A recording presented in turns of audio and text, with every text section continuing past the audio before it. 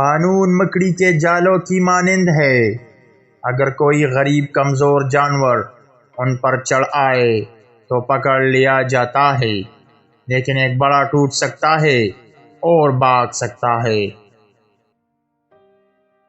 آپ جو کچھ بھی کرتے ہیں ان میں انجام پر غور کریں۔ ایک آدھا سچ تمام جھوٹ سے بدترین ہوتا ہے، کیونکہ اس کا دفاع جانبداری سے کیا جا سکتا ہے۔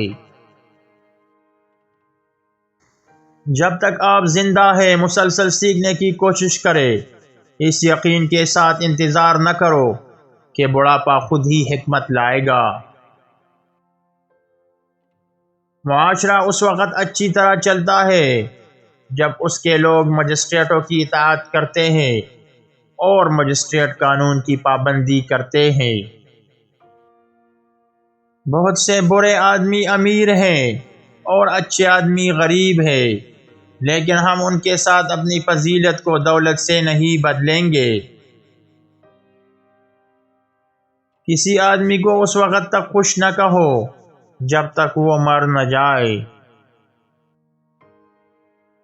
اگر معاملات ٹھیک چل رہے ہیں تو مذہب اور قانون سازی فائدہ مند ہے، اگر نہیں تو ان کا کوئی فائدہ نہیں ہے۔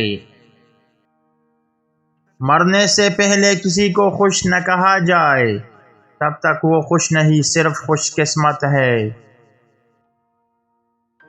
اگر تم اپنی برائیوں کے باعث مصیبت میں مبتلا ہو تو اپنی مصیبت کا الزام خدا پر نہ ڈالو۔